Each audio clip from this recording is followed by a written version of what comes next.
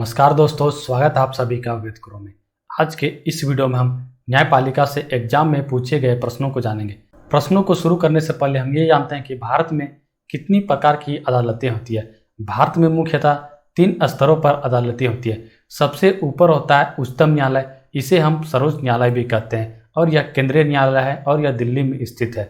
उसके नीचे होता है उच्च न्यायालय, यह विभिन्न राज्यों में स्थित होता है। उच्च न्यायालय के नीचे होती है जिला अदालतें और यह विभिन्न जिलों में स्थित होती है।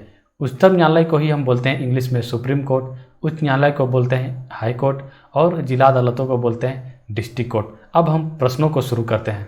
औपनिवेशिक भारत में एक संघीय अदालत की स्थापना किस अधिनियम के अंतर्गत की गई थी? एक संघीय अदालत की स्थापना की गई थी भारत शासन अधिनियम 1935 के दौरान। भारत के मुख्य न्यायमूर्ति का नाम क्या है? जब यह प्रश्न पूछा गया था उस समय भारत के मुख्य न्यायाधीश थे सरोज होमी-कापाडिया, परंतु वर्तमान में भारत के मुख्य न्यायाधीश है जस्टिस NV रमन्ना। ये भारत के 48वें मुख्य न्यायाधीश है। यदि आपके पढ़ने के दौरान मुख्य न्यायाधीश बदल गया हो तो आप उसे अपडेट कर लें। भारतीय उच्चतम न्यायालय के न्यायाधीशों की नियुक्ति कौन करता है? भारतीय उच्चतम न्यायालय के न्यायाधीशों की नियुक्ति करता है भारत के राष्ट्रपति और भारत के उच्च न्यायालय के मुख्य न्यायाधीश की भी नियुक्ति करता है भारत के राष्ट्रपति। मध्य प्रदेश उच्च न्यायालय की पीठ कहाँ पर स्थित है? मध्य प्रदेश उच्च न्यायालय की पीठ स्थित है जबलपुर में, जबकि इस न्यायालय की खंडपीठें ग्वालियर तथा इंदौर में स्थित है। सर्वोच्च न्यायालय के न्यायाधीश किस आयु में सेवानिवृत्त हो जाते हैं? 65 वर्ष की आयु में ये सेवानिवृत्त हो जाते हैं, जबकि उच्च न्यायालय के न्यायाधीश 62 वर्ष की उम्र में सेवानिवृत्त होते हैं। उच्चतम न्यायालय के न्यायाधीश किस आयु तक अपने पद पर बने रहते हैं? 65 वर्ष तक। उच्चतम न्यायालय के मुख्य न्यायाधीश की अधिवर्षिता आयु क्या है? 65 वर्ष। निम्नलिखित में से कौन सी रिट ऐसी है जो केवल किसी सरकारी पदाधिकारी के विरुद्ध लागू की जा सकती है? यदि कोई व्यक्ति किसी सरकारी पद पर विद्यमान हो और वह अपने अधिकारों का अपने पदों का दुरुपयोग करता है और इससे किसी व्यक्ति के मूल अधिकारों का हनन होता है, वैसी स्थिति में न्यायालय उस पदाधिकारी के विरुद्ध परमादेश जारी करता है। भारत के उच्चतम न्यायालय को निम्नलिखित में से कौन सा क्षेत्राधिकार प्राप्त है? इसका आंसर होगा ऑप्शन डी। भारत के उच्चतम न्यायालय को मूल क्षेत्रीय अधिकार, अपीलीय क्षेत्राधिकार और परामर्शदायी क्षेत्राधिकार प्राप्त है। अंतिम अपीलीय न्यायालय कौन सा है? यदि आप जिला अदालतों के फैसले से संतुष्ट नहीं हैं तो आप उच्च न्यायालय में अपील कर सकते हैं, और यदि आप उच्च न्यायालय के फैसले से भी संतुष्ट नहीं हैं तो आप उच्चतम न्यायालय में अपील कर सकते हैं। और उच्चतम न्यायालय ही भारत का सबसे ऊपरी न्यायालय है और उच्चतम न्यायालय ही भारत का अंतिम अपीलीय न्यायालय है। किसका मतलब है कि सर्वोच्च न्यायालय मामले और उसमें शामिल कानूनी मुद्दों पर पुनर्विचार करेगा। अपीलीय क्षेत्राधिकार का मतलब है कि सर्वोच्च न्यायालय मामले और उसमें शामिल कानूनी मुद्दों पर विचार करेगा। भारतीय संविधान का अंतिम व्याख्याता कौन है? भारतीय संविधान की व्याख्या करने का अंतिम अधिकार सर्वोच्च न्यायालय को दिया गया है, अर्थात सर्वोच्च न्यायालय ही भारतीय संविधान का अंतिम व्याख्याता है। संविधान की व्याख्या कौन करता है? संविधान की व्याख्या करता है भारत के न्यायपालिका। किसका मतलब है कि भारत के राष्ट्रपति किसी भी सार्वजनिक हित संबंधी मामले को या जिसमें संविधान की व्याख्या शामिल हो उसे सलाह के लिए सर्वोच्च न्यायालय के पास भेज सकता है। सलाहकार न्यायिक क्षेत्र के तहत भारत के राष्ट्रपति किसी भी सार्वजनिक हित संबंधी मामले को सर्वोच्च न्यायालय के पास भेज सकते हैं, परंतु सर्वोच्च न्यायालय राष्ट्रपति को परामर्श देने के लिए बाध्य नहीं है। भारतीय संविधान का अभिरक्षक कौन है? भारतीय संविधान का अभिरक्षक होता है भारत के मुख्य न्यायाधीश। भारत के उच्चतम न्यायालय की केंद्र और राज्यों के बीच विवादों का निपटारा करने की शक्ति किसके अंतर्गत आता है? मौलिक अधिकारिता क्षेत्र के तहत भारत का उच्चतम न्यायालय केंद्र और राज्यों के बीच के विवाद का निपटारा करता है। भारत में उच्चतम न्यायालय के न्यायाधीश के रूप में नियुक्ति के लिए निम्नलिखित में से कौन सी योग्यता अनिवार्य नहीं है? भारत में उच्चतम न्यायालय के न्यायाधीश बनने के लिए भारत का नागरिक होना चाहिए, ये सही है। एक या अधिक उच्च न्यायालयों में कम से कम 10 वर्ष तक एडवोकेट के रूप में प्रैक्टिस कर चुका हो, ये भी सही है। एक प्रतिष्ठित विधिवेता होना चाहिए राष्ट्रपति के नज़र में, ये भी सही है। कम से कम आयु 35 वर्ष होनी चाहिए, ये गलत है। इसलिए इस प्रश्न का सही उत्तर होगा ऑप्शन बी। उच्च न्यायालय का न्यायाधीश बनने के लिए कम से कम कितने वर्ष की उच्च न्यायालय के अधिवक्ता के रूप में वकालत का अनुभव होना चाहिए? इसका आंसर होगा 5 वर्ष। उच्चतम न्यायालय के सेवानिवृत्त न्यायाधीशों के लिए कहाँ पर वकालत करने की मनाही है? यदि कोई उच्चतम न्यायालय का न्यायाधीश सेवानिवृत्त हो गया हो, रिटायर हो गया हो, तो भारत के किसी भी न्यायालय में वकालत नहीं कर सकता है। इसका आंसर होगा ऑप्शन बी। उच्चतम न्यायालय में कितने न्यायाधीश है? वर्तमान में उच्चतम न्यायालय में 34 न्यायाधीश है। 1 है मुख्य न्यायाधीश और 33 है अन्य न्यायाधीश। कुल हैं 34 न्यायाधीश। उच्चतम न्यायालय में एक मुख्य न्यायाधीश के अलावा अधिकतम कितने न्यायाधीश हो सकते हैं? वर्तमान में एक मुख्य न्यायाधीश के अलावा अधिकतम 33 न्यायाधीश हो सकते हैं। भारतीय संविधान के किस संशोधन के तहत उच्च न्यायालय के न्यायाधीशों की सेवानिवृत्ति की आयु 60 से 62 वर्ष कर दी गई थी? भारतीय संविधान के 15वें संविधान संशोधन के तहत उच्च न्यायालय के न्यायाधीशों की सेवानिवृत्ति की आयु 60 से 62 वर्ष कर दी गई थी। इसका आंसर होगा ऑप्शन सी। उच्च न्यायालय के सेवानिवृत्त न्यायाधीश को वकील के रूप में काम करने की अनुमति नहीं होती है। कहाँ पर? उस उच्च न्यायालय में जिससे वह सेवानिवृत्त हो चुका हो, वहाँ पर उन्हें काम करने की अनुमति नहीं होती है। राज्य के लिए एक निर्वाचन याचिका का निर्णय करने का अधिकार किसको है? भारत के उच्च न्यायालय को एक निर्वाचन याचिका का निर्णय करने का अधिकार है।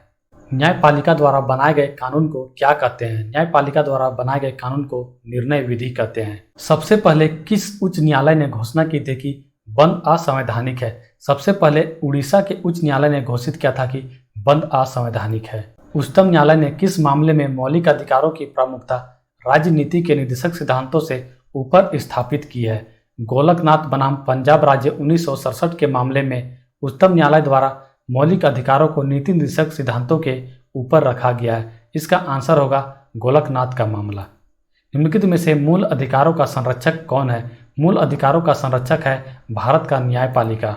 उच्च न्यायालय में अपील की जा सकती है यदि सत्र न्यायालय ने दंड दिया हो। कितना?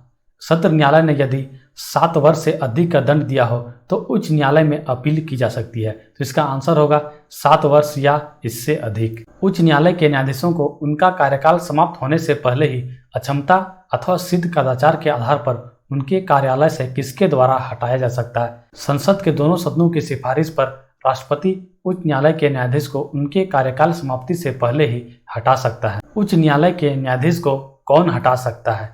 विशेष बहुमत से पारित संसद के प्रस्ताव पर राष्ट्रपति हटा सकता है। भारतीय संविधान में न्यायिक पुनरीक्षण आधारित है किस पर? भारतीय संविधान में न्यायिक पुनरीक्षण विधि द्वारा स्थापित प्रक्रिया पर आधारित है। तो इसका आंसर होगा ऑप्शन सी। भारतीय संविधान के किस अनुच्छेद के अंतर्गत केंद्रीय प्रशासनिक अधिकारी के निर्णय को उच्चतम न्यायालय में चुनौती दी जा सकती है? अनुच्छेद 323A के तहत केंद्रीय प्रशासनिक अधिकारी के निर्णय को उच्चतम न्यायालय में चुनौती दी जा सकती है। जिला न्यायालयों के न्यायाधीशों की नियुक्ति किसके द्वारा की जा सकती है? भारत के राज्यपाल द्वारा। नेशनल ग्रीन ट्रिब्यूनल किससे संबंधित है? नेशनल ग्रीन ट्रिब्यूनल पर्यावरण संरक्षण और वन संरक्षण मामले को देखता है। नेशनल ग्रीन ट्रिब्यूनल को शॉर्ट में NGT कहते हैं और इसकी स्थापना हुआ था वर्ष 2010 में। इस प्रश्न में आपको मिलान करना है। यहाँ पर कुछ संघ राज्य क्षेत्र दिए हुए हैं और आपको उनके उच्च न्यायालय से मिलान करना है। तो इसका सही उत्तर क्या होगा? यह है पुडुचेरी और इसका न्यायालय क्षेत्र है मद्रास में, जो कि चेन्नई में स्थित है। यह है अंडमान निकोबार द्वीप समूह, ये बंगाल की खाड़ी में स्थित है और इसका उच्च न्यायालय है कोलकाता में और कोलकाता है यहाँ पर। यह है लक्षद्वीप और इसका न्यायालय क्षेत्र है केरल। यहाँ पर है दमन दीव और दादर नगर हवेली और इसका उच्च न्यायालय क्षेत्र है बम्बई। तो इस प्रश्न का सही उत्तर होगा ऑप्शन ए। लक्षद्वीप का उच्च न्यायालय भारत के किस राज्य में स्थित है?